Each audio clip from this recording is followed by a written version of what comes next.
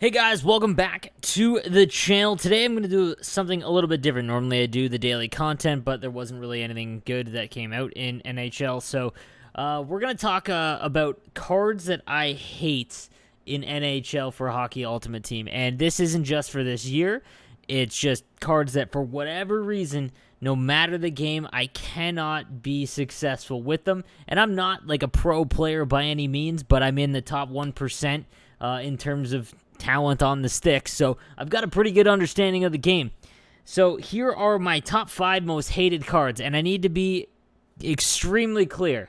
It doesn't mean these cards are bad, it's just these are the cards that I can't stand, and they might not just be from this year, it might be from years past as well. But let's get into my 5 least favorite cards in Hockey Ultimate Team. Alright, number 5 on my list, the 91 Pekka Rinne. This is the only card on this list that is specific to one card. I have been giving you guys tips and things on cards that you should go and grab and take throughout the entire year. And for the most part, I'm usually pretty accurate, and I'm not just saying that just to say it. I mean, I just judge by the likes on my videos, the comments. For the most part, I've guided you guys in the right direction. So the Winter National event, they gave you a free 90-plus card. And when I looked through all of the cards that were available in this set, it didn't look like there was any that had potential to be usable for the next 2 to 3 months, except for this Pekka Rinne, because he had a great build. Again, 91 overall in December, okay? 6'5". He's usually been good like the last 6 years in Hut. I could not have been more wrong.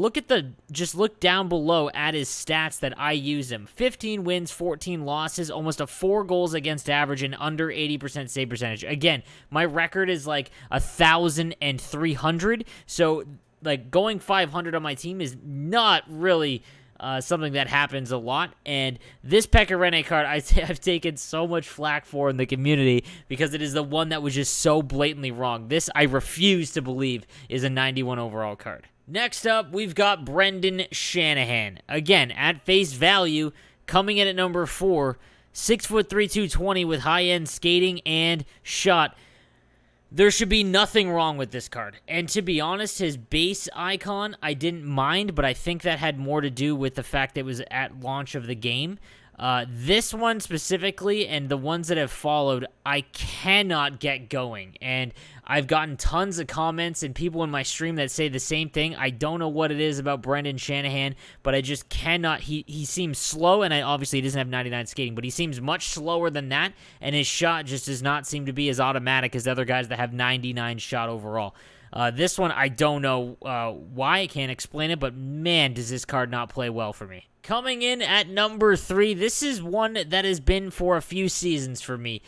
The Sidney Crosby cards, for whatever reason, I don't know if it's because I assume that they are just the best because it's Crosby or what it is, but I can never seem to get him going either. Now, obviously, in NHL 20, it's magnified because bigger players are just at such a higher advantage with how the game actually plays.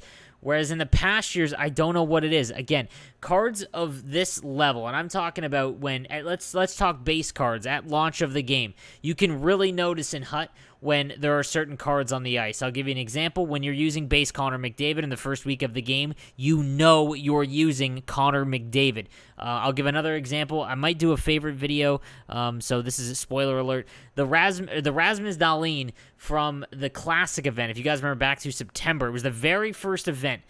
There wasn't any good defenseman at launch that had a good speed, shot, and size.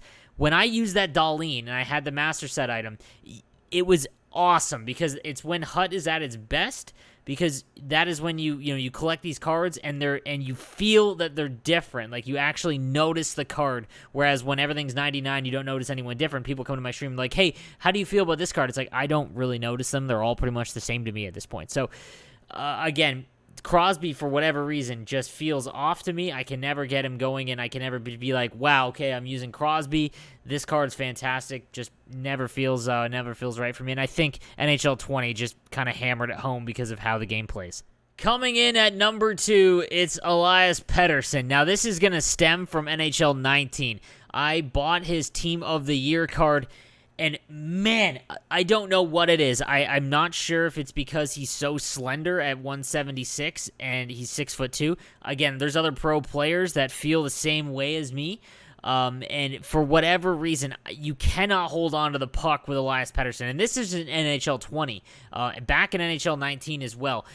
I just could not actually use him. He would just, the second anyone would get near him, he would just lose the puck.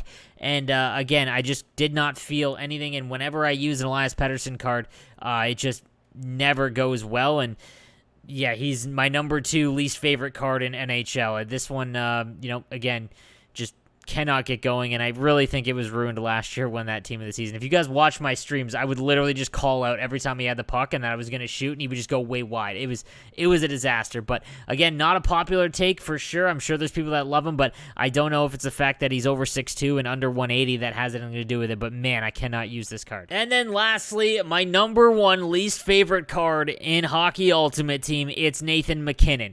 I love Nathan MacKinnon as a player. He's one of my favorite players in the NHL.